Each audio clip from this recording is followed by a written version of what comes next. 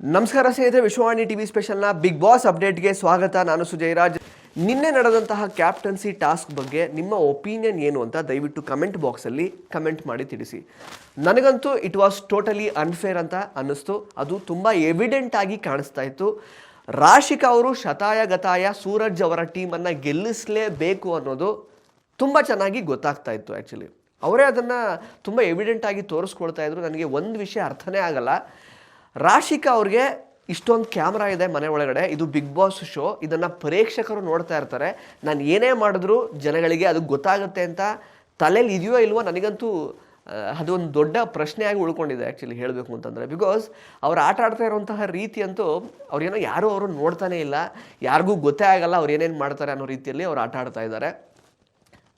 ರಾಶಿಕಾ ಅವ್ರು ಎಷ್ಟರ ಮಟ್ಟಿಗೆ ಸೂರಜ್ ಅವ್ರಿಗೆ ಸಪೋರ್ಟ್ ಮಾಡೋದಕ್ಕೆ ಪ್ರಯತ್ನ ಪಟ್ಟರು, ಎಷ್ಟು ಸಲ ಸುಮ್ಮನೆ ಗಿಲ್ಲಿ ಮತ್ತು ರಘು ಅವರಿಗೆ ಪಾಸ್ ಕೊಟ್ಟರು, ಮತ್ತು ಪಾಸ್ ಮಾಡಿದಾಗಲೂ ಕೂಡ ಅವ್ರಿಗೆ ಎಣಿಸ್ತಾ ಇದ್ದಂತಹ ರೀತಿ 1 2 3 ಎಷ್ಟು ಸ್ಲೋ ಆಗಿ ಎಣಿಸ್ತಾ ಇದ್ರು. ಇದೆಲ್ಲ ಎಷ್ಟು ಕೆಟ್ಟದಾಗಿ ಕಾಣ್ತಾ ಇತ್ತು ಅಂತಂದರೆ ಅವರು ಫೇವರಿಸಮ್ ಮಾಡ್ತಾ ಇದ್ದಾರೆ ಸೂರಜ್ ಟೀಮ್ಗೆ ಅನ್ನೋದು ಬಹಳ ಎವಿಡೆಂಟ್ ಆಗಿ ಗೊತ್ತಾಗ್ತಿತ್ತು. ಬಟ್ ಅವ್ರಿಗೆ ಯಾಕೆ ಅದು ಅನ್ನಿಸ್ತಾ ಇಲ್ವೋ ಗೊತ್ತಿಲ್ಲ.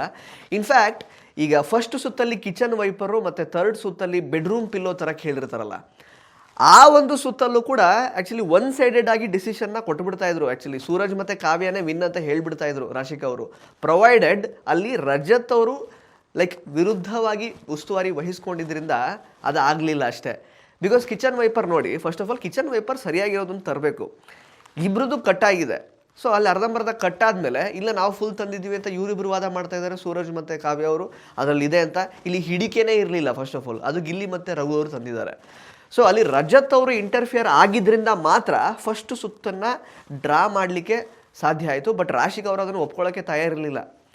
ಬಟ್ ಇಲ್ಲಿ ರಜತ್ ಅವರು ಸರಿಯಾಗಿ ವಾದ ಮಾಡಿದ್ರಿಂದ ಸುಮ್ಮನಾದರೂ ಫಸ್ಟ್ ಸುತ್ತು ಡ್ರಾ ಆಯಿತು. ಇನ್ನು ಥರ್ಡ್ ಸುತ್ತಲ್ಲಿ ಬೆಡ್ರೂಮ್ ಪಿಲ್ಲೋ ತನ್ನಿ ಅಂತ ಹೇಳಿದ್ರೆ ಕುಶನ್ ತಂದಿದ್ದಾರೆ ನಮ್ಮ ಸೂರಜ್ ಮತ್ತು ಕಾವ್ಯ ಅವರು. ಬಟ್ ಅಲ್ಲೂ ಕೂಡ ಇವರು ವಾದ ಮಾಡ್ತಾ ಇದ್ದಾರೆ ರಾಶಿಕಾ ಅವರು, ಇಲ್ಲ ಬೆಡ್ರೂಮಲ್ಲಿ ಇದ್ದಿದ್ದು ಪಿಲ್ಲೋ ಅಲ್ವಾ ಅಂತ. ಅದು ಕುಶನ್ ಅಲ್ವಾ, ಧ್ರುವಂತ್ ಅವ್ರಿಗೆ ಗೊತ್ತಾಯ್ತು ಅದು ಕುಶನ್ ಅದು ಅಂತ. ರಾಶಿಕಾ ಅವರು ಮೋಸ ಮಾಡ್ತಿದ್ದಾರೆ, ಫೇವರಿಸಮ್ ಮಾಡ್ತಿದ್ದಾರೆ ಅಂತ ಒಳಗಡೆ ಸೀಕ್ರೆಟ್ ರೂಮಲ್ಲಿ ಕೂತಿದ್ದಂತಹ ಧ್ರುವಂತ್ ಅವ್ರಿಗೆ ಗೊತ್ತಾಯಿತು. ಬಟ್ ರಾಶಿಕಾ ಅವ್ರಿಗೆ ನಾನು ಇಲ್ಲಿ ಯಾಕೋ ಸ್ವಲ್ಪ ಫೇವರಿಸಮ್ ಮಾಡ್ತಿದ್ದೀನಿ ಅಂತ ಅವ್ರಿಗೆ ಅರ್ಥ ಆಗ್ತಾ ಇಲ್ಲ ಇದು ಸೀರಿಯಸ್ಲಿ. ಸೊ ಅಲ್ಲೂ ಕೂಡ ರಜತ್ ಅವರು ಇಂಟರ್ವೀನ್ ಮಾಡಿ ಬೆಡ್ರೂಮ್ ಪಿಲ್ಲೋ ಅಂತಂದರೆ ಪಿಲ್ಲೋನೇ ತರಬೇಕು, ಬೆಡ್ರೂಮಲ್ಲಿ ಮಲಗೋದಕ್ಕೆ ಯೂಸ್ ಮಾಡುವಂತಹ ಪಿಲ್ಲೋ ಅಂತ ಹೇಳಿ ಅಲ್ಲಿ ಗಿಲ್ಲಿ ಮತ್ತು ರಘು ಅವ್ರಿಗೆ ಪಾಯಿಂಟ್ಸ್ ಬರೋ ಥರ ಅವ್ರು ನೋಡಿಕೊಂಡ್ರು. ಒಟ್ಟಿನಲ್ಲಿ ಅದಾದಮೇಲೆ ನೋಡಿ, ಇನ್ನು ಈ ಬಾತ್ರೂಮ್ ಮಗ್ ತರುವಂತಹ ಟೈಮ್ನಲ್ಲಿ 4th ರೌಂಡಲ್ಲಿ ಬಾತ್ರೂಮ್ ಮಗ್ ತರಬೇಕಾಗಿರುತ್ತೆ. ಎಷ್ಟು ಸಲ ಬೇಕು ಅಂತ ಪಾಸ್ ಕೊಟ್ಟರು. ಮತ್ತು ಈ ಕಾವ್ಯ ಸೂರಜ್ ಮೂವ್ ಆಗಲಿ ಅಂದಮೇಲೆ ಅಂದರೆ ಅವ್ರು ಮೂವ್ ಆಗೋ ತನಕ ಇವ್ರು ಇಲ್ಲಿ ಅಂದರೆ ಅವ್ರನ್ನ ನೋಡ್ಕೊಳ್ತಾ ಇದ್ದಾರೆ. ಆ್ಯಕ್ಚುಲಿ ಅವ್ರು ಸರಿಯಾಗಿ ಮೂವ್ ಆಗ್ತಾ ಇದ್ದಾರೆ ಇಲ್ವಾ ಅಂತ ಅವ್ರು ಬೇಗ ಮೂವ್ ಆಗೋದನ್ನು ನೋಡಿಕೊಂಡು ಇವರಿಗೆ ಪಾಸ್ ಕೊಡೋದು, ಮತ್ತು ಇವ್ರ ಆಟನ ಒಂದು ರೀತಿ ಅಂತ ತಡೆಯೋದಕ್ಕೆ ಟ್ರೈ ಮಾಡೋದು, ಅದೆಲ್ಲ ತುಂಬ ಮಾಡಿದ್ರು.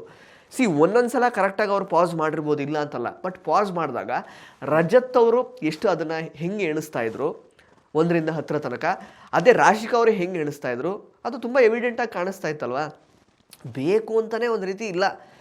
ಇನ್ಫ್ಯಾಕ್ಟ್ ಆ ಬಾತ್ರೂಮ್ ಮಗ್ದು ತಂದು ಹಾಕಿದಾಗ್ಲಂತೂ ಇವರಿನ್ನೂ ಬರ್ತಾ ಇದ್ದಾರೆ ಕಷ್ಟಪಟ್ಕೊಂಡು ಗಿಲ್ಲಿ ಮತ್ತು ರಘು ಅವರು. ಮುಗೀತಷ್ಟೇ, ಮುಗಿದೋಯ್ತು. ಅಫ್ಕೋರ್ಸ್ ನಮಗೂ ಗೊತ್ತು ಒಬ್ಬರು ತಂದು ಯಾರು ಫಸ್ಟ್ ಹಾಕ್ತಾರೋ ಅಲ್ಲಿಗೆ ಗೇಮ್ ಮುಗಿಯುತ್ತೆ, ಆ ಸುತ್ತು ಮುಗಿಯುತ್ತೆ ಅಂತ ಗೊತ್ತು, ಅವರೇ ಗೆಲ್ತಾರೆ ಅಂತ. ಬಟ್ ಸ್ಟಿಲ್ ಇಟ್ ವಾಸ್ ಅವರು ಖುಷಿಯಾಗಿ ಫೀಲ್ ಮಾಡ್ತಾ ಇದ್ದಾರನ್ನ ಸೂರಜ್ ತಂದು ಹಾಕ್ಬಿಟ್ರು ಅನ್ನೋ ಥರ ತುಂಬ ಎವಿಡೆಂಟಾಗಿ ಕಾಣಿಸ್ತಿತ್ತು. ಮತ್ತು ಲಾಸ್ಟಲ್ಲೂ ಅಷ್ಟೇ garden area ping Pong ball ಅಂತ ಹೇಳಿದಾಗ ದೊಡ್ಡ ಬಾಲ್ ಆ್ಯಕ್ಚುಲಿ ಹಿಡ್ಕೊಳಕ್ಕೆ ಹೋದ್ರು ಇಬ್ಬರು, ಎರಡೂ ತಂಡದವರು ಕೂಡ ಕನ್ಫ್ಯೂಸ್ ಮಾಡಿಕೊಂಡು. ಆ ಟೈಮಲ್ಲಿ ಪಾಸ್ ಮಾಡಿ ಬಾಲ್ನ ಆ್ಯಕ್ಚುಲಿ ಇವ್ರು ಅವ್ರ ಕಡೆಗೆ ತಗೊಂಡು ಬಂದುಬಿಟ್ಟಿದ್ದಾರೆ ರಘು ಮತ್ತು ಗಿಲ್ಲಿ ಅವರು. ಅದನ್ನು ಇವ್ರು ಎಳೆದು ಹಾಕಿ ಅಂದರೆ ಅಲ್ಲಿ ಸೂರಜ್ಗೆ ಹೆಲ್ಪ್ ಆಗೋ ಥರ, ಅವರಿಗೆ ಈಸಿಯಾಗಿ ಸಿಗೋ ಥರ ಇವ್ರು ಅದನ್ನು ತೆಗೆದು ಈಚೆ ಹಾಕಿದ್ರು. It was all very unfair ಅಪ್ಪ. ತುಂಬ ಚೆನ್ನಾಗಿ ಗೊತ್ತಾಗ್ತಾ ಇತ್ತು ಅವರು ಬೇಕು ಅಂತಲೇ ಫೇವರಿಸಮ್ ಮಾಡ್ತಾ ಇದ್ದಾರೆ ಅಂತ. ಐ ಡೋಂಟ್ ನೋ ಅಂದರೆ ಇದಕ್ಕೆ ಕ್ಲಾಸ್ ತಗೊಳ್ತಾರ ಏನೋ ವೀಕೆಂಡಲ್ಲಿ. ಬಟ್ ಜನಗಳ ಕಣ್ಣಿಗಂತೂ ತುಂಬ ಇಟ್ ವಾಸ್ ವೆರಿ ಎವಿಡೆಂಟ್ ಅವ್ರು ಬೇಕು ಅಂತ ಫೇವರಿಸಮ್ ಮಾಡ್ತಾ ಇದ್ದಾರೆ ಅನ್ನೋಂಥದ್ದು. ಹಂಗೆ ನೋಡೋಕ್ಕೋದ್ರೆ first of all 3 point Suraj ಮತ್ತು ಕಾವ್ಯ ಅವ್ರಿಗೆ ಬಂತಲ್ಲ, ಅದೇ ಖುಷಿ ಪಡಬೇಕು. ಇಲ್ಲಿ 2 ಪಾಯಿಂಟ್ಸ್ ಬಂತು ಗಿಲ್ಲಿ ರಘುಗೆ. ಅಕಸ್ಮಾತ್ ರಜತ್ ಅವ್ರ ಬದಲು ಬೇರೆ ಯಾರಾದರೂ ಉಸ್ತುವಾರಿ ಆಗಿರ್ತಿದ್ರೆ 5 ಪಾಯಿಂಟ್ಸು ಸೂರಜ್ ಮತ್ತು ಕಾವ್ಯಗೆ ಸಿಗ್ತಾಯಿತ್ತು. ಇದು ಮಾತ್ರ ಕನ್ಫರ್ಮು. ಬಟ್ ಏನು ಗೊತ್ತಾ, ಇಲ್ಲಿ ಅನ್ಫೇರ್ ಅದಕ್ಕಿಂತ ಜಾಸ್ತಿ ನಾನು ಹೇಳ್ತಿರೋದು ಇಲ್ಲಿ ಯಾರೋ ಗಿಲ್ಲಿ ಗೆಲ್ಲಬೇಕಾಗಿತ್ತು ಅಥವಾ ಸೂರಜ್ ಗೆದ್ದಿದ್ದು ತಪ್ಪಾಯಿತು ಅಂತ ನಾವು ಹೇಳ್ತಾ ಇಲ್ಲ. ಗೇಮ್ ಥರ ಆಡಬೇಕಾಗಿತ್ತಲ್ವ, ಉಸ್ತುವಾರಿಗಳು ಸರಿಯಾಗಿ ಮಾಡಬೇಕಾಗಿತ್ತು. Rashika especially, Rajat was very ಅಂದರೆ ತುಂಬ ಸ್ಟ್ರಿಕ್ಟಾಗಿ ಕರೆಕ್ಟಾಗಿತ್ತು. ಅವ್ರು ಎಲ್ಲೂ ಅನ್ಫೇರ್ ನಡ್ಕೊಳ್ಳೇ ಇಲ್ಲ, ಅನ್ಫೇರ್ ಥರ. ಬಟ್ ರಾಶಿಕಾ ಅವರು ತುಂಬ ಎವಿಡೆಂಟ್ ಆಗಿ ಫೇವರಿಸಮ್ ಮಾಡಿದ್ದು ಕಾಣ್ತಾ ಇತ್ತು. ಹಂಗಂತ ಈಗ ಯಾರೋ ಸೂರಜ್ ಈಗ ಗೆಲ್ಬಾರ್ದಿತ್ತು ಅಂತ ಹೇಳ್ತಿರೋದಲ್ಲ. ಸೂರಜ್ ಇಡೀ ವಾರ ಹಂಗೆ ನೋಡೋಕೆ ಹೋದರೆ ಸಿಕ್ಕಾಪಟ್ಟೆ ಶ್ರಮ ಹಾಕಿದ್ದಾರೆ. ಬಟ್ ಕೊನೆಯಲ್ಲಿ ಏನಾಯಿತು, ಈ ಕ್ಯಾಪ್ಟನ್ಸಿ ಟಾಸ್ಕಲ್ಲಿ ಅವರು ಮತ್ತು ಕಾವ್ಯ ಜೋಡಿ ವಿನ್ ಆದರೂ ಕೂಡ ಫೈನಲ್ ಆಗಿ ಲೈಕಂದರೆ ವೋಟಿಂಗ್ ಪ್ರಕಾರ ಕಾವ್ಯ ಅವ್ರಿಗೇನೆ ಜಾಸ್ತಿ ವೋಟ್ ಬಿತ್ತು ಮನೆಯವರೆಲ್ಲರಿಂದ. ಸೂರಜ್ ಅವ್ರಿಗೆ ಅನ್ಯಾಯನೇ ಆಗಿದ್ದಲ್ವಾ ಹಂಗೆ ನೋಡೋಕೆ ಹೋದರೆ. ಸೂರಜ್ ನೋಡಿ ಗಿಲ್ಲಿ ಮತ್ತು ರಘು ಅವ್ರ ಟಾಸ್ಕಲ್ಲೂ ಎಷ್ಟು ಹೆಲ್ಪ್ ಮಾಡಿದ್ದಾರೆ. ಮೊದಲು ಒಂದ್ಸಲ ಈ ರಜತ್ ಜೊತೆಗೆ ತಲೆಯೆಲ್ಲ ಹೊಡ್ಕೊಂಡು ಎಷ್ಟೆಲ್ಲ ಆಟ ಆಡಿದ್ದಾರೆ ಆ್ಯಕ್ಚುಲಿ ಈ ವಾರ ಪೂರ್ತಿ. ಅವ್ರಿಗೂ ಒಂಥರ ಅನ್ಫೇರ್ ಆಯ್ತಲ್ವ ಈ ಸಲ. ಅಂದರೆ ನಾನು ಅನ್ಫೇರ್ ಅದು ಒಂದೇ ಅಂತಲ್ಲ. ಈಗ ಗಿಲ್ಲಿ ಏನು ನೆಕ್ಸ್ಟ್ ಲೆವೆಲ್ ಆಟ ಆಡಲ್ಲ, ಗೊತ್ತಿರೋ ವಿಷಯನೇ. ಬಟ್ ಚೆನ್ನಾಗಿ ಪ್ರಯತ್ನ ಅಂತೂ ಮಾಡಿದ್ದಾರೆ. ಬಟ್ ರಘು ಅವರು ಹೀ ಈಸ್ ಲೈಕ್ ಸ್ಟ್ರಿಕ್ಟ್ ಒಂಥರ ಆಫೀಸರ್ ಥರ ಏನು ಹೇಳಿರ್ತಾರೋ ಅದನ್ನು ಕರೆಕ್ಟಾಗಿ ಮಾಡ್ತಾರೆ. ಎಲ್ಲೂ ಕೂಡ ಅವರು ಗ್ರೇ ಏರಿಯಾ ಫೈಂಡ್ ಔಟ್ ಮಾಡೋಕ್ಕೆ ಹೋದರು ಯಾವುದೋ ಒಂದು ಇದರಲ್ಲಿ, ಆ ಒಂದು ನೀರಿನ ಟಾಸ್ಕಲ್ಲಿ ನಿಲ್ಲೇ ಕಾವೇರಿ ಟಾಸ್ಕಲ್ಲಿ ಬಿಟ್ಟರೆ ಎಲ್ಲೂ ಮೋಸ ಮಾಡಿ ಅಥವಾ ಇನ್ನೊಂದೇನೋ ಯಾರಾದರೂ ಅವ್ರನ್ನ ತುಳಿತಾ ಇದ್ದಾರೆ ಅಂತ ಪ್ರಯತ್ನ ಪಡ್ತಾ ಇದ್ರು ಕೂಡ ಗೊತ್ತಾದರೂ ಕೂಡ ಅವ್ರು ಸುಮ್ಮನಿರ್ತಾರಲ್ಲಿ. ನಾಮಿನೇಟ್ ಮಾಡಿದಾಗಲೂ ಸುಮ್ಮನಿರ್ತಾರೆ. Is a thorough gentleman. And ಅವ್ರು ಏನು ಗೊತ್ತಾ, he is leading a very discipline lifestyle. ಅವ್ರು ತುಂಬ ಗೊತ್ತಾಗುತ್ತೆ ಅವರು. ಅಂದರೆ ರೂಲ್ಸ್ನ ಅವ್ರು ತುಂಬ ಅಚ್ಚುಕಟ್ಟಾಗಿ ಫಾಲೋ ಮಾಡ್ತಾರೆ. ಶ್ರಮ ಹಾಕಿ ಅವರು ಟಾಸ್ಕ್ ಮಾಡ್ತಾರೆ. ತುಂಬ ಡೆಡಿಕೇಟೆಡ್ ಆಗಿ ತಮ್ಮನ್ನು ತಾವು ಎಲ್ಲ ವಿಷಯದಲ್ಲೂ ಅವರು ತೊಡಗಿಸ್ಕೊಳ್ತಾರೆ. ಅದನ್ನು ಮಾತ್ರ ಮೆಚ್ಚಲೇಬೇಕು, ಒಪ್ಕೊಳ್ಳೇಬೇಕು. ಅದನ್ನೇನು ಸುಮ್ಮನೆ ನಾವು ಅದನ್ನು ತೆಗೆದು ಹಾಕೋಕ್ಕಾಗಲ್ಲ. ಅವ್ರಿಗೂ ಅನ್ಯಾಯ ಆಯ್ತಲ್ವಾ. ರಾಶಿಕಾ ಅವ್ರಿಗೆ ಗಿಲ್ಲಿ ಕಂಡ್ರೆ ಆಗಲ್ಲ ಆ್ಯಕ್ಚುಲಿ. ಗೆಲ್ಲೇಬಾರ್ದು ಅಂತ ಅವ್ರು ಸಾಕಷ್ಟು ಪ್ರಯತ್ನ ಪಡ್ತಾ ಇದ್ದಿದ್ದು ಗೊತ್ತಾಯಿತು. ಬೇಕು ಅಂತ ಇದು ಮಾಡೋದು, ಯಾಕಂದರೆ ಪಾಸ್ ಕೊಡೋದು, ಅದೆಲ್ಲ ತುಂಬ ಗೊತ್ತಾಗ್ತಾ ಇತ್ತು. ಬಟ್ ಈಗ ಗಿಲ್ಲಿನ ನೀವು ಟಾರ್ಗೆಟ್ ಮಾಡೋಕ್ಕೆ ಹೋಗಿ ಚೆನ್ನಾಗಿ ಆಟ ಆಡುವಂತಹ ರಘುಗೂ ಅಲ್ಲಿ ಅನ್ಯಾಯ ಆಯ್ತಲ್ವಾ. That was very unfair. And ಗಿಲ್ಲಿಗೆ ಇನ್ನೊಂದು ರೀತಿಯಲ್ಲಿ ಮೋಸ ಆಯಿತು ಅಂತ ನಾನು ಯಾಕೆ ಅನ್ನಿಸ್ತು ಅಂತ ಹೇಳ್ತಾ ಇದ್ದೀನಿ ಅಂತಂದರೆ, ಅಲ್ಲಿ ನೋಡಿ ಆ್ಯಕ್ಚುಲಿ ಸ್ಟಾರ್ಟಿಂಗ್ ಪಾಯಿಂಟಿಂದ ಮನೆಯ ಬಾಗಿಲೇನಿರುತ್ತಲ್ವಾ, ಅದಕ್ಕೆ ಆ್ಯಕ್ಚುಲಿ ಗಿಲ್ಲಿ ಮತ್ತು ರಘು ಅವ್ರಿಗೆ ಜಾಸ್ತಿ ಡಿಸ್ಟೆನ್ಸ್ ಇತ್ತು ಕಂಪ್ಯಾರಿಟಿವ್ಲಿ. ಬಟ್ ಸೂರಜ್ ಮತ್ತು ಕಾವ್ಯಗೆ ಡಿಸ್ಟೆನ್ಸ್ ತುಂಬ ಕಡಿಮೆ ಇತ್ತು. ನೀವು ಚೆನ್ನಾಗಿ ನೋಡಿದರೆ ನಿಮಗೆ ಗೊತ್ತಾಗಿರುತ್ತೆ ಆ್ಯಕ್ಚುಲಿ, ಅಬ್ಸರ್ವ್ ಮಾಡಿ ನೋಡಿದ್ರೆ. ಸೊ ಆ ಡಿಸ್ಟೆನ್ಸ್ ತುಂಬ ಕಡಿಮೆ ಇತ್ತು ಸೂರಜ್ ಮತ್ತು ಕಾವ್ಯಗೆ. ಸೊ ಹಾಗಾಗಿ ಈಸಿಯಾಗಿ ಅವರು ಮನೆ ಬಾಗ್ಲ ಹತ್ರ ಹೋಗ್ಬೋದಾಗಿತ್ತು. ಬಟ್ ಗಿಲ್ಲಿ ಮತ್ತು ರಘುಗೆ ಸ್ವಲ್ಪ ದೂರ ಆಯಿತು. ಆ್ಯಂಡ್ ಅಗೇನ್ ಇನ್ನೊಂದು ಕರ್ಮ ರಿಟರ್ನ್ಸ್ ಆ್ಯಂಗಲಿಂದ ನೋಡೋಕ್ಕೆ ಹೋದರೆ ರಕ್ಷಿತ್ ಅವರು ಆ್ಯಕ್ಚುಲಿ ಈವನ್ ಟೀಮ್ ಡಿವಿಷನಲ್ಲೂ ಕೂಡ ಕ್ಯಾಪ್ಟನ್ಸಿ ಟಾಸ್ಕಿಗೆ ಇಲ್ಲ ಡಿಸರ್ವಿಂಗ್ ಇರೋರು ನಾವು ಹೋಗಲೇಬೇಕು ಅಂತ. ಅವ್ರ ಪ್ರಕಾರ ನೀವು ಹೆಂಗೆ ಡಿಸರ್ವಿಂಗ್ ಅಲ್ಲ ಅಂತ ಹೇಳ್ತೀರಾ ಕಾವ್ಯ ಮತ್ತು ಸೂರಜ್ನ ಅಲ್ವಾ. ಅವ್ರ ಪ್ರಕಾರ ಈಗ ಅವ್ರದ್ದೊಂದು ಹೈರಾರ್ಕಿ ಇದೆ. ಫಸ್ಟು ರಘುವಣ್ಣ ಡಿಸರ್ವಿಂಗ್ ಅಂತೆ, ಅದಾದಮೇಲೆ ಗಿಲ್ಲಿ ಅಂತೆ, ಅದಾದಮೇಲೆ ಸೂರಜ್ ಅಂತೆ, ಅದಾದಮೇಲೆ ಕಾವ್ಯ ಅಂತೆ. ಸೊ ಅದು ಅವರ ಇಂಡಿವಿಜುವಲ್ ಒಪಿನಿಯನ್ ಅಲ್ವಾ. ಅಲ್ಲೆಲ್ಲೊಂದು ಕಡೆ ಧ್ರುವಂತವ್ರು ಆ್ಯಕ್ಚುಲಿ ರಕ್ಷಿತ್ ಅವ್ರು ಇನ್ನೇನು ವಾದ ಮಾಡೋಕ್ಕಾಗಲ್ಲ ಅಂದ್ಕೊಂಡು ಮತ್ತು ಬಿಗ್ ಬಾಸ್ ಅವ್ರು ಬೇರೆ ಅಲ್ಲಿ ಲೈಕ್ ಅಂದರೆ ವಾರ್ನಿಂಗ್ ಬೇರೆ ಕೊಡ್ತಾರೆ, ನೀವು ಸರಿಯಾಗಿ ಒಂದು ಡಿಸಿಷನಿಗೆ ಬಂದಿಲ್ಲ ಅಂತಂದರೆ ನಿಮಗೆ ಮುಂದೆ ಏನು ಡಿಸೈಡ್ ಮಾಡೋಕ್ಕಾಗಲ್ಲ ಅಂತ. ಅಲ್ಲಿಗತ್ಲಾಗೆ ಇವರು ನಮ್ಮ ಧ್ರುವಂತವ್ರು ಒಪ್ಕೊಳ್ತಾರೆ ಆ್ಯಕ್ಚುಲಿ, ಪರವಾಗಿಲ್ಲ ಹೋಗಲಿ ಅಂತ. ಸೊ ಹಾಗಾಗಿ ಗಿಲ್ಲಿ ಮತ್ತು ರಘು ಜೋಡಿ ಆಗ್ತಾರೆ, ಈ ಕಡೆ ಸೂರಜ್ ಮತ್ತು ಕಾವ್ಯ ಆಗ್ತಾರೆ.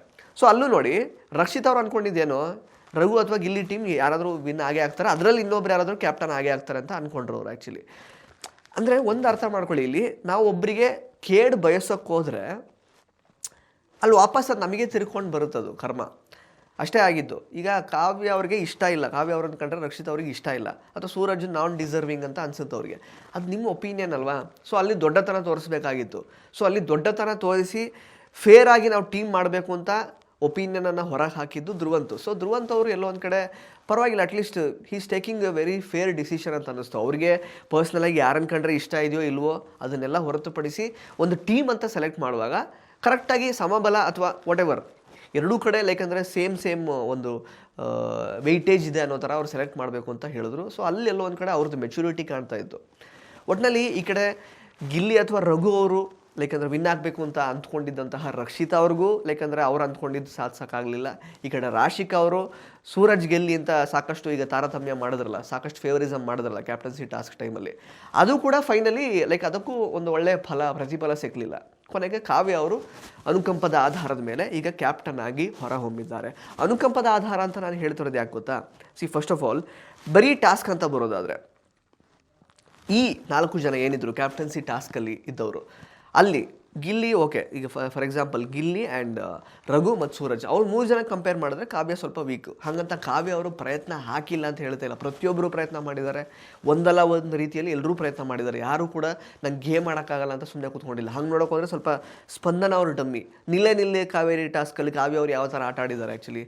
ಅಶ್ವಿನಿ ಅವ್ರ ಜೊತೆಗೆ ಸಿಕ್ಕಾಪಟ್ಟೆ ಗುದ್ದಾಡಿದ್ದಾರೆ, ಸಿಕ್ಕಾಪಟ್ಟೆ ಏಟಾಗಿರುತ್ತೆ ಅವ್ರಿಗೂ ಕೂಡ. ಅವರು ಪ್ರಯತ್ನ ಹಾಕಿಲ್ಲ ಅಂತ ಹೇಳ್ತಾ ಇಲ್ಲ. ಬಟ್ ಇವರು 3 ಜನಕ್ಕೆ ಹೋಲಿಸ್ಕೊಂಡ್ರೆ ಅವರು ಟಾಸ್ಕಲ್ಲಿ ಸ್ವಲ್ಪ ವೀಕ್ ಇದ್ದಾರಲ್ವಾ. ಸೊ ಇದಾಗಿತ್ತು ನಿನ್ನೆ ಎಪಿಸೋಡ್ನ ಹೈಲೈಟ್ಸು. ಬಟ್ ನಿಜವಾಗ್ಲೂ captaincy task it was very unfair. ನಿಮಗೂ ಹಾಗೆ ಅನಿಸಿದರೆ ದಯವಿಟ್ಟು ಕಮೆಂಟ್ ಬಾಕ್ಸಲ್ಲಿ ಕಮೆಂಟ್ ಮಾಡಿ ತಿಳಿಸಿ. ಹಾಗೆಯೇ ನಮ್ಮ ಗಿಲ್ಲಿಯವರು ಲೈಕ್ ಕೊನೆಗೂ ಮತ್ತೊಂದು ಸಲ ಕ್ಯಾಪ್ಟನ್ಸಿ ಟಾಸ್ಕಿಂದ ಲೈಕ್ ಅಂದರೆ ಹೊರ ಬೀಳೋ ಥರ ಆಯಿತು. ಅವ್ರಿಗೇನೋ ಮೋಸ್ಟ್ಲಿ ಅವ್ರು ಕ್ಯಾಪ್ಟನ್ ಆಗೋ ಯೋಗ ಇದೆಯಲ್ವೋ ಗೊತ್ತಿಲ್ಲ. ಬಟ್ ರಾಶಿಕಾ ಅವರು ಗಿಲ್ಲಿಗೆ ಸಿಕ್ಕಾಪಟ್ಟೆ ಮೋಸ ಮಾಡಿದಂತೂ ಹೌದು. ಅದು ಇಟ್ ವಾಸ್ ವೆರಿ ಎವಿಡೆಂಟ್. ಅದು ಏನು ಈವನ್ ಇದು ಟಾಸ್ಕ್ ಎಲ್ಲ ಮುಗಿದ ಮೇಲೆ ಕೂಡ ಅದನ್ನು ಮಾತಾಡ್ತಿರೋದು ಲೈವಲ್ಲಿ ನೀವು ಅಬ್ಸರ್ವ್ ಮಾಡಿದರೆ ಗೊತ್ತಾಗುತ್ತೆ. ಗಿಲ್ಲಿ ಕಂಡ್ರೆ ಅದು ಆಗೋದೇ ಇಲ್ಲ. ಅದು ಯಾಕೆ ಅಂತ ಗೊತ್ತಿಲ್ಲ.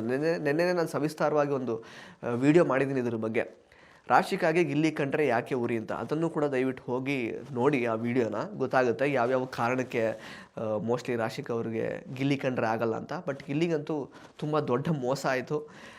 ಅವ್ರು ಗೆಲ್ತಿದ್ರೋ ಬಿಡ್ತಿದ್ರೋ ಅದು ಸೆಕೆಂಡ್ರಿ. ಅವ್ರು ಅಷ್ಟೇನು ತುಂಬ ಸ್ಟ್ರಾಂಗ್ ಟಾಸ್ಕಲ್ಲಿ ಅಂತ ನಾನು ಹೇಳಲ್ಲ. ಬಟ್ ಆದರೆ ಒಳ್ಳೆ ರೀತಿಯಲ್ಲಿ ಕರೆಕ್ಟಾಗಿ ಈಗ ಉಸ್ತುವಾರಿ ರಜತ್ ಅವ್ರು ಹೆಂಗೆ ಮಾಡಿದ್ರು ಅದೇ ಥರ ಉಸ್ತುವಾರಿಯನ್ನು ರಾಶಿಕಾ ಅವ್ರು ಮಾಡಿರ್ತಿದ್ರೆ ಈಕ್ವಲ್ ಚಾನ್ಸಸ್ ಇರ್ತಾಯಿತ್ತು. ಅಟ್ಲೀಸ್ಟ್ ಈಕ್ವಲ್ ಚಾನ್ಸಸ್ ಇರೋದು. ಆ್ಯಂಡ್ ಹಂಗೆ ನೋಡೋಕ್ಕೋದ್ರೆ ಈಗ ಗಿಲ್ಲಿ ಮತ್ತು ರಘು ಆಡಿದ ಸ್ಪೀಡ್ ನೋಡುವಾಗ ಅವರೇ ಗೆಲ್ಲುವಂತಹ ಚಾನ್ಸಸ್ ಇತ್ತು. ಬಟ್ ತುಂಬ ಪಾಸ್ ಮಾಡಿ ತುಂಬ ತಡೆದು ನಿಲ್ಲಿಸಿ ಅವರನ್ನು ಗೆಲ್ಲದೇ ಇರುವ ಹಾಗೆ ನಮ್ಮ ರಾಶಿಕಾ ಅವರು ನೋಡಿಕೊಂಡ್ರು. ಫೈನಲಿ ಗಿಲ್ಲಿ ಮತ್ತೆ ಲೈಕ್ ಅಂದರೆ ಕ್ಯಾಪ್ಟನ್ ಆಗೋಕ್ಕಾಗಲೇ ಇಲ್ಲ. ಬಟ್ ಕೆಲವೊಂದು ವಿಷಯಗಳನ್ನು ಅವರು ತುಂಬ ಸ್ಮಾರ್ಟಾಗಿ ಗೆಸ್ ಮಾಡಿದ್ರು ಕೂಡ. ಅಂದರೆ ಸೀಕ್ರೆಟ್ ರೂಮಲ್ಲಿ ರಕ್ಷಿತಾ ಮತ್ತು ಧ್ರುವಂತ್ ಅವರು ಇದ್ದಾರೆ ಅನ್ನೋದನ್ನು ತುಂಬ ಚೆನ್ನಾಗಿ ಗೆಸ್ ಮಾಡಿದರು. ಆಗ ರಕ್ಷಿತಾ ಅವರು ಗಿಲ್ಲಿ ತುಂಬ ಸ್ಮಾರ್ಟ್ ಇದ್ದಾರೆ ಅಂತ ಹೇಳಿದ್ರು. ಗಿಲ್ಲಿ ಅಫ್ಕೋರ್ಸ್ ತುಂಬ ಸ್ಮಾರ್ಟ್ ಇದ್ದಾರೆ ತಲೆಯಿಂದ. ಬಟ್ ಟಾಸ್ಕ್ ವಿಚಾರದಲ್ಲಿ ಅವ್ರು ಇನ್ನೂ ಬೆಟರಾಗಿ ಆಡಬೇಕು. ಇನ್ನೂ ಪರವಾಗಿಲ್ಲ, ಇನ್ನೊಂದು 3 ವಾರ ಇದೆ, ನೋಡೋಣ ನೆಕ್ಸ್ಟ್ ವೀಕ್ ಆದರೂ ಆಗ್ತಾರಾ ಅಂತ. ಸೊ ಇದೆಲ್ಲದ್ರ ಬಗ್ಗೆ ನಿಮಗೆ ಅನಿಸ್ತು ಅಂತ ದಯವಿಟ್ಟು ಕಮೆಂಟ್ ಬಾಕ್ಸಲ್ಲಿ ಕಮೆಂಟ್ ಮಾಡಿ ತಿಳಿಸಿ. ಧನ್ಯವಾದ. ಇಂಟ್ರೆಸ್ಟಿಂಗ್ ಮತ್ತು ಇನ್ಫಾರ್ಮೇಟಿವ್ ವಿಡಿಯೋಗಳನ್ನು ಮಿಸ್ ಮಾಡ್ಕೋಬೇಡಿ. ಈಗಲೇ ಸಬ್ಸ್ಕ್ರೈಬ್ ಮಾಡಿ.